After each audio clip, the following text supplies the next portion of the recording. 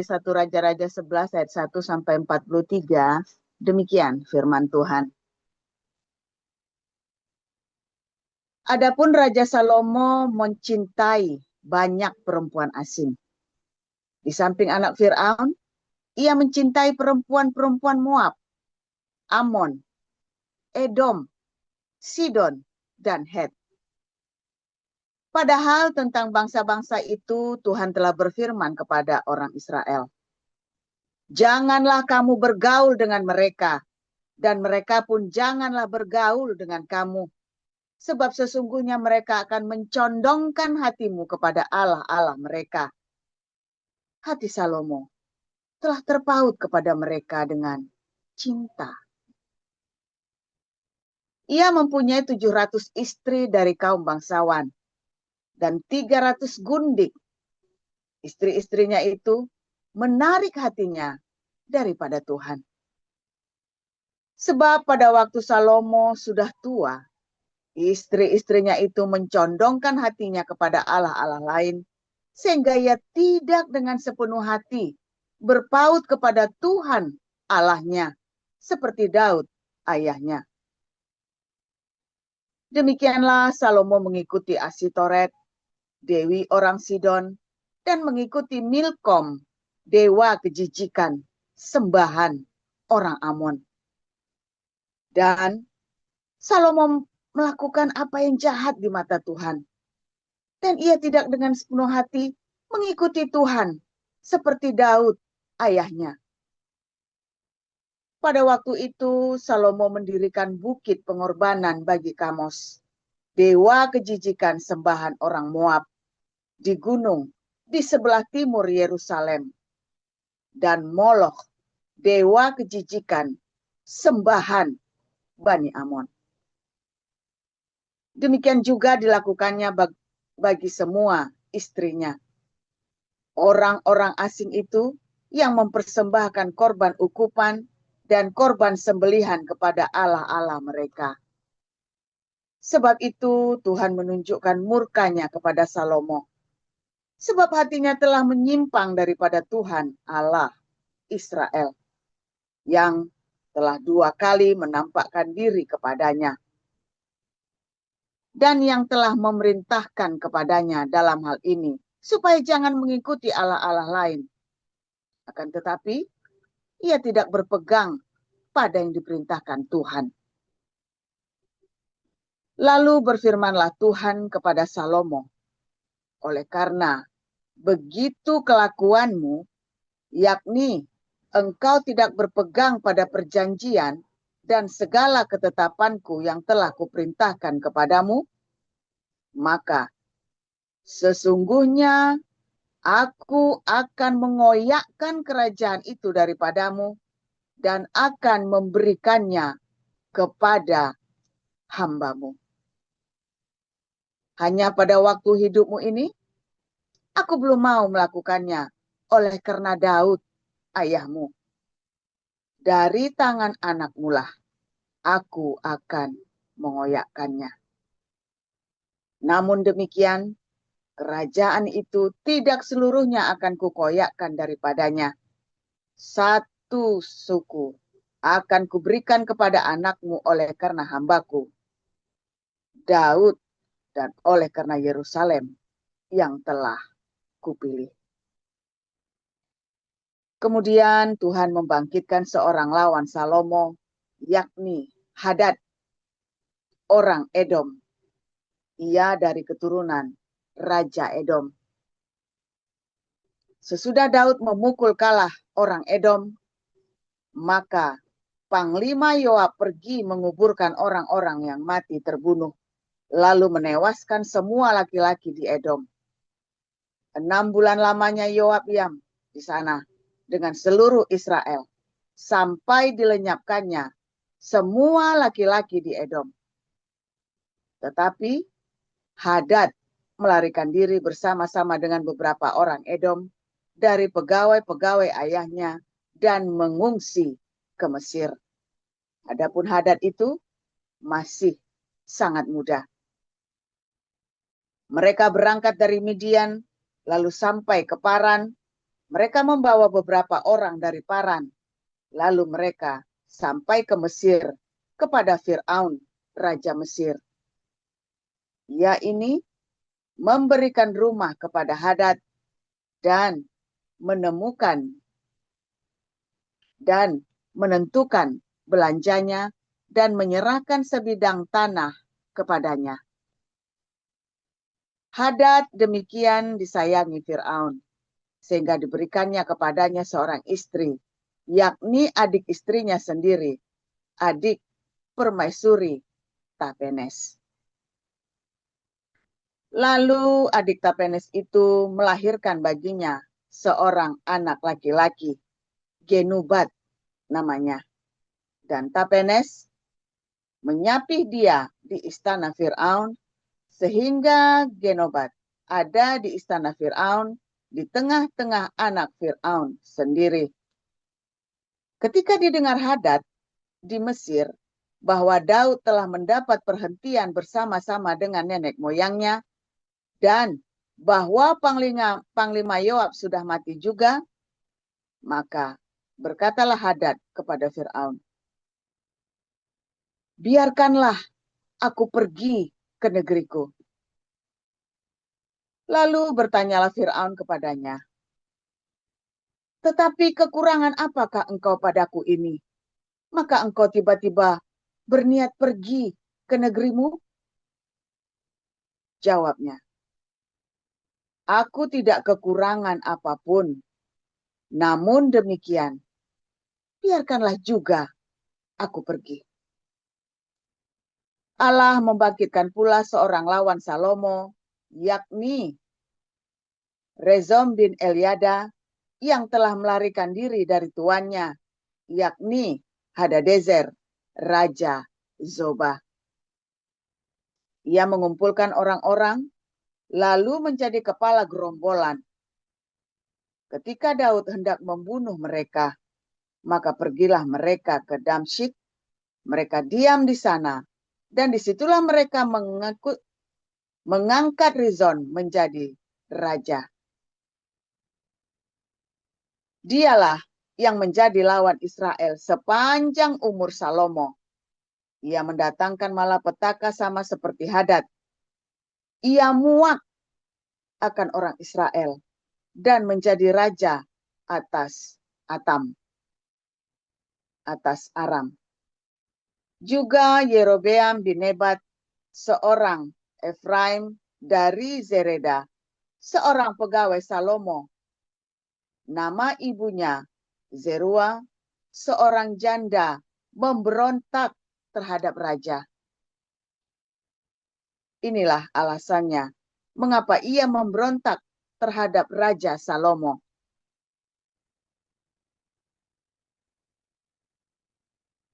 Ulang. Inilah alasannya mengapa ia memberontak terhadap raja.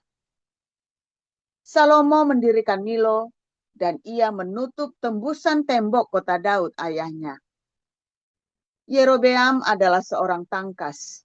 Ketika Salomo melihat bahwa orang muda itu seorang yang rajin bekerja, maka ditempatkannya lah dia mengawasi semua pekerja wajib dari keturunan Yusuf.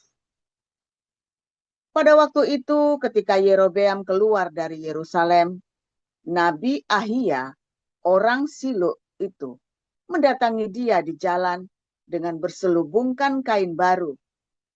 Dan hanya mereka berdua ada di padang. Ahia memegang kain baru yang di badannya. Lalu dikoyakkannya menjadi 12 koyakan. Dan ia berkata kepada Yerobeam, ambillah bagimu 10 koyakan, sebab beginilah firman Tuhan, Allah Israel. Sesungguhnya, aku akan mengoyakkan kerajaan itu dari tangan Salomo, dan akan memberikan kepadamu 10 suku. Tetapi satu suku akan tetap padanya oleh karena hambaku Daud, dan oleh karena Yerusalem, kota yang kupilih itu dari segala suku Israel.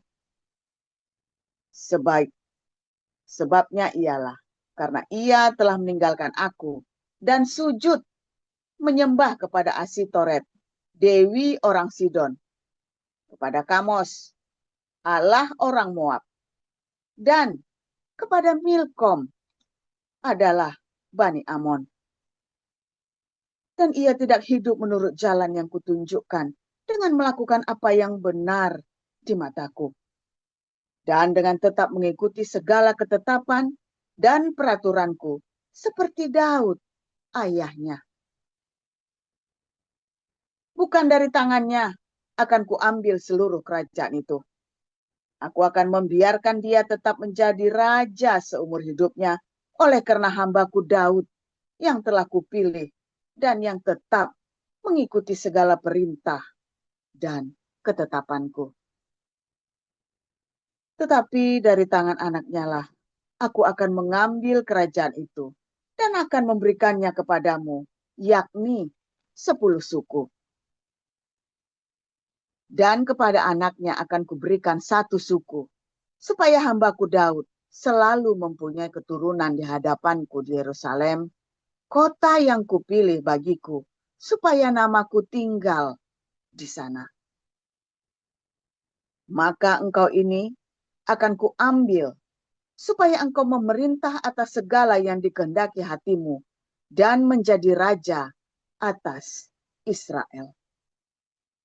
Dan jika engkau mendengarkan segala yang kuperintahkan kepadamu, dan hidup menurut jalan yang kutunjukkan, dan melakukan apa yang benar di mataku, dengan tetap mengikuti segala ketetapan dan perintahku, seperti yang telah dilakukan oleh hambaku Daud, maka aku akan menyertai engkau, dan aku akan membangunkan bagimu suatu keluarga yang teguh, seperti yang kubangunkan bagi Daud.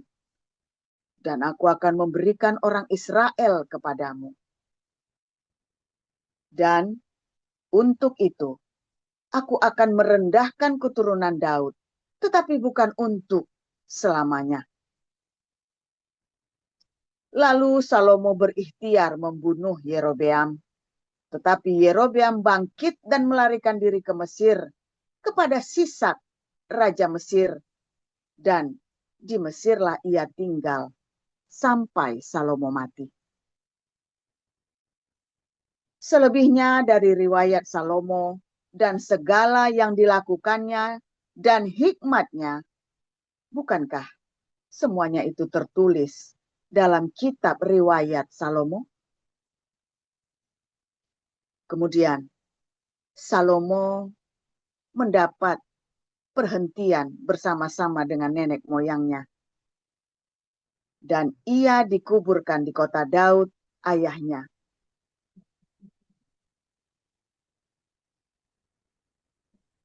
Ulang, ayat 42. Lamanya Salomo memerintah di Yerusalem atas seluruh Israel. Ialah 40 tahun.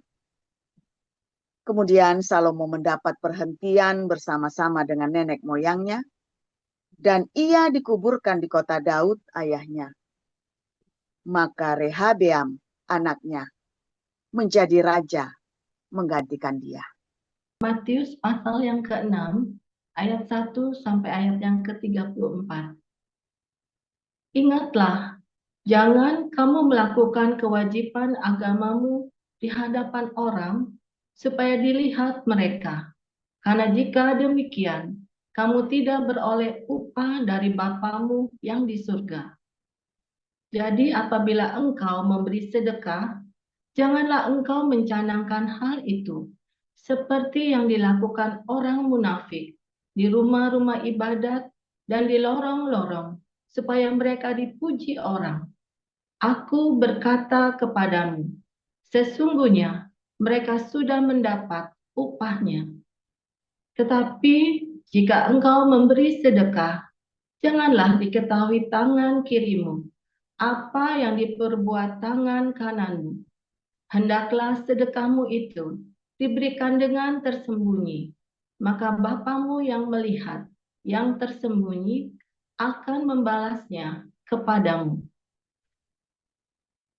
Dan apabila kamu berdoa, janganlah berdoa seperti orang munafik. Mereka suka mengucapkan doanya dengan berdiri dalam rumah-rumah ibadat dan pada tikungan-tikungan jalan raya, supaya mereka dilihat orang.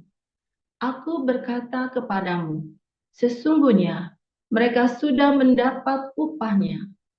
Tetapi jika engkau berdoa, masuklah ke dalam kamarmu, tutuplah pintu, dan berdoalah kepada Bapamu yang ada di tempat tersembunyi. Maka Bapamu yang melihat yang tersembunyi akan membalasnya kepadamu. Lagi pula, dalam doamu itu, janganlah kamu bertele-tele seperti kebiasaan orang yang tidak mengenal Allah. Mereka menyangka bahwa karena banyaknya kata-kata doanya akan dikabulkan. Jadi, janganlah kamu seperti mereka, karena Bapamu mengetahui apa yang kamu perlukan sebelum kamu minta kepadanya. Karena itu, berdoalah demikian.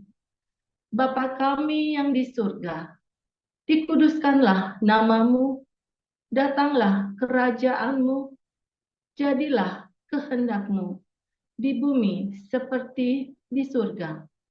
Berikanlah kami pada hari ini makanan kami yang secukupnya, dan ampunilah kami akan kesalahan kami, seperti kami juga mengampuni orang yang bersalah kepada kami. Dan janganlah membawa kami ke dalam pencobaan, tetapi lepaskanlah kami daripada yang jahat. Karena engkaulah yang empunya kerajaan dan kuasa dan kemuliaan sampai selama-lamanya. Amin. Karena jikalau kamu mengampuni kesalahan orang, Bapamu yang di surga akan mengampuni kamu juga. Tetapi jikalau kamu tidak mengampuni orang, Bapamu juga tidak akan mengampuni kesalahanmu. Dan apabila kamu berpuasa, janganlah muram mukamu seperti orang munafik. Mereka mengubah air mukanya supaya orang melihat bahwa mereka sedang berpuasa. Aku berkata kepadamu, sesungguhnya mereka sudah mendapat upahnya. Tetapi apabila engkau berpuasa, minyakilah kepalamu dan cucilah mukamu, supaya jangan dilihat oleh orang bahwa engkau sedang berpuasa, melainkan hanya oleh Bapamu yang ada di tempat tersembunyi. Maka Bapamu yang melihat yang tersembunyi akan membalasnya kepadamu. Janganlah kamu mengumpulkan harta di bumi. Di bumi ngengat dan karat merusakkannya, dan pencuri membongkar serta mencurinya. Tetapi kumpulkanlah bagimu harta di surga. Di surga ngengat dan karat tidak merusakkannya, dan pencuri tidak membongkar serta mencurinya. Karena di mana hartamu berada, di situ juga hatimu berada. Mata adalah pelita tubuh. Jika matamu baik, teranglah seluruh tubuhmu. Jika matamu jahat, gelaplah seluruh tubuhmu. Jadi, jika terang yang ada padamu gelap, betapa gelapnya kegelapan itu. Tak seorang pun dapat mengabdi kepada dua tuan, karena jika demikian, ia akan membenci yang seorang dan mengasihi yang lain, atau ia akan setia kepada yang seorang dan tidak mengindahkan yang lain.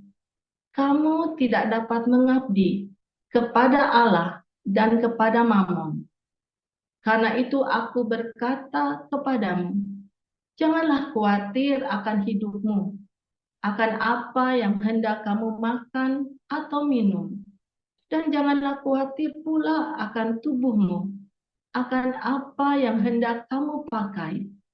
Bukankah hidup itu lebih penting daripada makanan dan tubuh itu lebih penting daripada pakaian? Pandanglah burung-burung di langit yang tidak menabur dan tidak menuai dan tidak mengumpulkan bekal dalam lumbung, namun diberi makan oleh Bapamu yang di surga. Bukankah kamu jauh melebihi burung-burung itu? Siapakah di antara kamu yang karena kekhawatirannya dapat menambahkan sehasta saja pada jalan hidupnya? Dan mengapa kamu khawatir akan pakaian? Perhatikanlah bunga bakung di ladang yang tumbuh tanpa bekerja dan tanpa meminta. Namun aku berkata kepadamu, Salomo dalam segala kemegahannya pun tidak berpakaian seindah salah satu dari bunga itu. Jadi jika demikian, Allah mendandani rumput di ladang yang hari ini ada dan besok dibuang ke dalam api. Tidakkah Ia akan terlebih lagi mendandani kamu, hai orang yang kurang percaya? Sebab itu, janganlah kamu khawatir dan berkata, apakah yang akan kami makan? Apakah yang akan kami minum? Apakah yang akan kami pakai? Semua itu dicari bangsa-bangsa yang tidak mengenal Allah. Akan tetapi, Bapamu yang di surga tahu bahwa kamu memerlukan semuanya itu. Tetapi, carilah dahulu kerajaan Allah dan kebenarannya, maka semuanya itu akan ditambahkan kepadamu. Sebab itu, janganlah kamu khawatir akan hari besok, karena hari besok mempunyai kesusahannya sendiri. Kesusahan sehari cukuplah untuk sehari. Haleluya, firman Tuhan selalu baru setiap hari ketika kita menanti-nantikan Tuhan dengan penuh cinta, dengan penuh pengharapan. Dan hati-hati, siapakah yang Anda nantikan? Siapakah yang Anda nantikan? Wah, ini ngeri saudara ya. Ini adalah pelajaran yang mendalam. Ya, saudara, Salomo itu adalah seorang yang amat sangat bijaksana, ya. Tetapi sepertinya Tuhan itu mencela Raja Salomo ya. Tadi kata kuncinya kan tadi kan, Salomo dalam segala kemegahan, dalam segala keindahannya tidak berpakaian sebagus, seindah satupun dari bunga-bunga bakung itu yang hari ini ada, besok dibuang. Itu kata kuncinya itu, saudara, dari dua pasal itu tadi ya, pasal ini satu raja-raja dengan yang di Matius 6 itu, kata kuncinya adalah itu tadi, saudara. Artinya banyak sekali orang ya, dia mengejar segala sesuatu yang jasmania ya, dari ritual yang jasmania, simbol agamawi yang jasmania, mengejar ya. Maka akhirnya kemuliaan atau imbalan yang dikejar pun adalah sesuatu yang jasmania, ya kan? Kalau orang, saya sudah beribadah Pak, saya sudah melakukan doa 5 kali sehari, saya sudah puasa Pak, saya sudah ini, saya sudah itu. Maka dia mengharapkan kemuliaan, rewards jasmania. Nah, ketika seseorang sudah mulai ngarep-ngarep yang jasmania, rewards yang jasmania, maka yang terjadi dia akan masuk di dalam penyembahan berhala, saudara. Karena apa yang dia lihat, yang dia pikirkan, ya sekalipun Allah adalah roh, tetapi yang dia pikirkan adalah hal-hal perkara jasmania. Ya, dia tidak berpikir bahwa Tuhan itu adalah sesuatu yang rohania. Salah satunya, ya, surganya Islam itu yang penuh dengan seks. Karena dia kan berpikirnya, oh Allah itu tidak bisa dilihat, tetapi reward yang diharapkan adalah apa, saudara? Reward yang diharapkan adalah yang jasmani kan, seks. Ya, boleh berbuat, boleh minum anggur, boleh berpesta pora sekuat tenaga. ujung-ujung dari hidupnya, ya, atau rewards yang diinginkan adalah memuaskan keinginan jasmania, maka yang didapat yang menjadi obsesinya dia adalah hal yang jasmania, dan akhirnya maka dia akan masuk di dalam sebuah penyembahan berhala. Itulah paganisme, saudara. Ya, Maimonides berkata Islam itu monoteisme, tetapi Islam itu adalah sebuah bentuk paganisme. Ya, saudara ya. Maimonides itu berkata demikian, ya, Rambam itu ya, rabenya orang Yahudi. Memang Islam itu monoteisme, tetapi itu adalah paganisme. Ya, sebuah bentuk dari avodasara, penyembahan berhala. Mengapa, saudara? Karena reward yang diinginkan adalah reward yang jasmania. Ya, mereka mengklaim bahwa Allahnya itu tidak bisa dilihat oleh mata, tidak didengar, adalah zat wujud Allah. Tetapi surganya mereka adalah surga jasmania, saudara. Dan penyembahan ritual mereka adalah penyembahan ritual yang jasmania. Ya. Beda dengan orang Yahudi, saudara ya, di zaman modern ini ya. Bagi orang Yahudi, ya, bagi orang Islam yang namanya bait suci itu yang Mekah, masjid. Bagi orang Yahudi yang namanya bait suci adalah sinagog. Salah, saudara. Sinagog itu bukan bait suci. Sinagog itu adalah sekolah. Karena anak-anak Anda perginya ke sinagog hari Senin sampai hari Jumat. Hari Sabtu orang tuanya yang pergi. Ya, sekolah Senin sampai Jumat anak-anak belajar baca tulis. Hari Sabtu belajar filosofi, saudara, yang dari Torah, filosofi yang dari Torah, yang dari buku-buku Perjanjian Lama dan tulisan para rabi. Itulah yang dipelajari di sinagog. Ya, jadi bait sucinya mana? Sudah nggak ada, sudah dihancurkan 2 kali. Lalu orang Yahudi berkata bait sucinya ya kita inilah bait suci, katanya begitu ya. Islam nggak ada toh, kita ini Ka'bah nggak ada, dalam Islam itu nggak ada begitu, saudara. Ka'bahnya di Mekah, kiblatnya di Mekah. Kalau orang Kristen sama ya, kita ini bait suci, ya kan? Persembahan kita adalah daging kita, ya kan? Persembahan kita adalah daging kita, hidup kita dalam kekudusan. Ya, kitalah bait sucinya. Gitu ya, imamnya itu adalah pikiran kita, ya kan, imam yang memimpin, ya kan, yang memimpin pikiran kita. Nah, makanya, saudara, ketika pemikiranmu adalah pemikiran jasmania, termasuk di dalam misalnya gini, saudara ya, setelah pemikiran jasmania itu gini, kalau Anda sedang melakukan ritual ibadah, nah itulah pemikiran jasmania, itulah ibadah jasmania.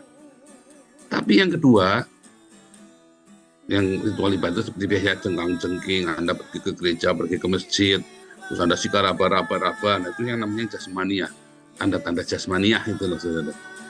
Nah, itu adalah sesuatu ritual yang jasmania. Tetapi yang kedua, ketika Anda sedang beribadah, melakukan sesuatu, niatan, bersedekah, tetapi Anda ingin pamer. Anda sedang puasa, Anda ingin pamer. Anda lagi berdoa, Anda ingin pamer. Nah, sebenarnya kan sedekahmu itu adalah sebuah kebutuhan, ya, rasa kemanusiaan, rasa cinta yang harus disalurkan, ya kan? Sama seperti makan, hasrat untuk seks, hasrat minum, hasrat ingin memiliki sesuatu. Begitu kita beli, ya udah itu tersalurkan. Begitu kita berhubungan seks, tersalurkan. Begitu kita minum, makan, tersalurkan. Namanya ya. Itu hasrat seperti itu. Nah, sebenarnya bersedekah itu adalah sebuah hasrat, saudara. Sebuah kerinduan. Sebuah bukti bahwa kamu punya cinta. Tetapi begitu kamu ingin pamer di dalam sedekahmu, di dalam pemberianmu, maka sebenarnya itu yang menggerakkan kamu bukan cinta, saudara, tapi yang menggerakkan kamu adalah sebuah hawa nafsu kedagingan, yaitu keinginan untuk pamer, keinginan untuk merasa dirinya baik. Ketika kamu ingin lagi berdoa, ya, Terus kamu menunjukkan betapa salehnya kamu berdoa. Oh, kita berdoa dulu ya. Terus Anda menunjukkan berdoa umat kami, berdoa. Misalnya begitu ya saudara ya, di depan orang sengaja ingin pamer, sengaja menunjukkan betapa salehnya kamu. Maka sebenarnya kamu bukan sedang berdoa karena kamu menantikan Tuhan, tetapi kamu sedang memamerkan nafsu agamamu, saudara. Ketika kamu lagi ya, namanya gereja itu harus sakral, sepi, tenang. Ya, Anda menggunakan definisi ya, berarti kamu sedang memuaskan hasrat agamawimu, saudara. Nafsu daging dari agamawi. Ya, makanya kan Tuhan bilang menyembah di dalam roh. Artinya menyembah di dalam roh itu bukan karena fisik yang tempatnya sakral, harus yang putih, harus yang bersih, harus yang hening, harus yang nggak ada. Tuhan ajarkan seperti itu, saudara. Begitu kamu membuat batas-batas itu, makanya kamu sebenarnya sedang memuaskan hasrat agamawimu. Ya, itulah avodasarah. Avodasarah ya. Itulah ibadah yang nggak benar, saudara. Itulah adalah ibadah yang salah. Itulah penyembahan berhala. Ya, ketika Anda sedang berpuasa, ya kan? Sebenarnya puasa itu apa, saudara?